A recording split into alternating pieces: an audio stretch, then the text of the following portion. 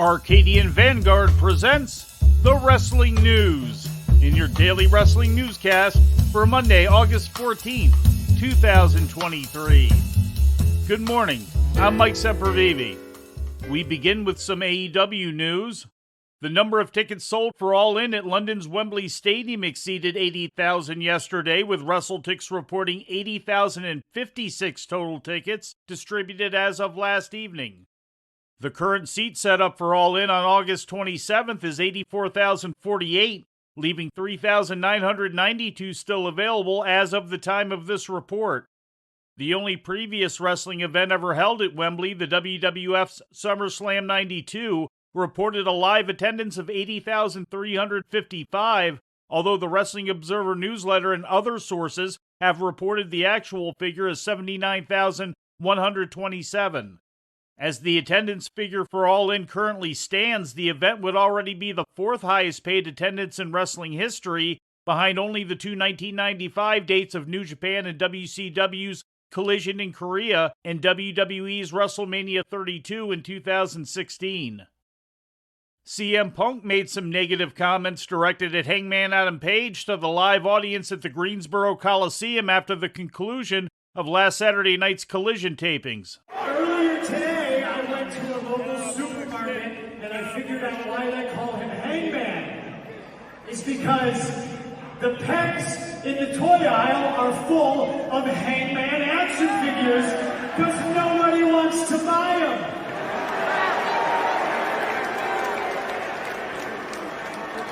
He's a peg warmer, unlike me, who moves merchandise and pops ratings and sells toys. According to a report in the Wrestling Observer newsletter, the remarks were not scripted and were not part of a storyline, with no current plans for Punk and Page to work together. In fact, it was also reported that Page showed up to the Greensboro Coliseum that same night to shoot a promo to be aired on next Wednesday's Dynamite, but was told that the promo would have to be shot elsewhere.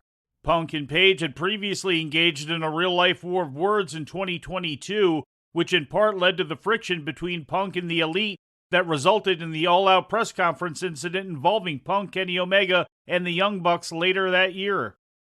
In news from Japan, the Goddess of Stardom Tag Team Championship changed hands yesterday, with the team of Natsupoi and Saori Anou defeating Mariah May and Mina Shirakawa in 13 minutes and 24 seconds at Stardom's summer team event in Osaka.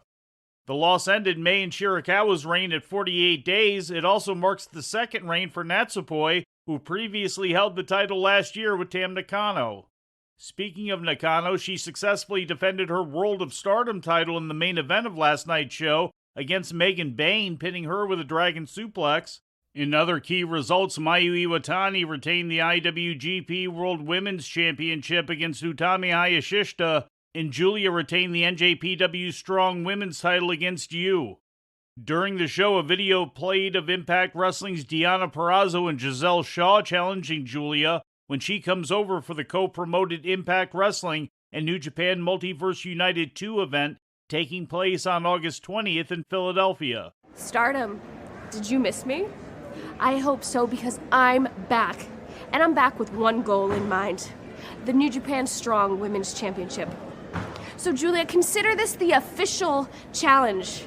August 20th at Multiverse United. I want to... Oh, so we're just out here randomly challenging people? Yeah. Yeah? Actually. Well, you know what, Julia? I challenge you too, because clearly I am the pinnacle of the knockouts division. And you know what? I want the best Stardom has to offer. You sure about that? Yeah, I do. And taking a look at the independent scene, Pro Wrestling Guerrilla held their 20th anniversary show, PWG 20 Mystery Vortex, Sunday night at the Globe Theater in Los Angeles. The main event saw PWG heavyweight champion Daniel Garcia hold off the challenge of Speedball Mike Bailey by winning an Iron Man match 4 falls to 3 in sudden death overtime. For Garcia was his third defense. Bailey had won the company's annual Battle of Los Angeles tournament in January, defeating Konosuke Takeshita in the final. Last night's show also saw the return of former PWG heavyweight champion Roderick Strong to the promotion for the first time in over 7 years, defeating Rev Pro regular Michael Oku. Strong's last appearance was on July 29th, 2016, when he wrestled Timothy Thatcher and Zack Sabre Jr. in separate matches. In other results, All Elite Wrestling's Jon Moxley made his first ever appearance inside a PWG ring, defeating Titus Alexander. Konosuke Takeshita defeated Ray Orris. Ray Phoenix defeated Black Taurus. And in a 6-person tag, Aramis, Evil Uno, and Maki Ito defeated Latigo, Masha Slamovich, and Peter Avalon. And before we leave you today, we'd like to remind you that however you consume your content, you can find the wrestling news 24 hours a day and 7 days a week across social media. On Twitter, follow us at Wrestling News AV. Our Facebook page is also Wrestling News AV. The Wrestling News can also be found on the Arcadian Vanguard YouTube page. And for those who utilize Amazon Echo devices, just tell Alexa to play the Wrestling News podcast. And remember to make sure you add podcast at the end.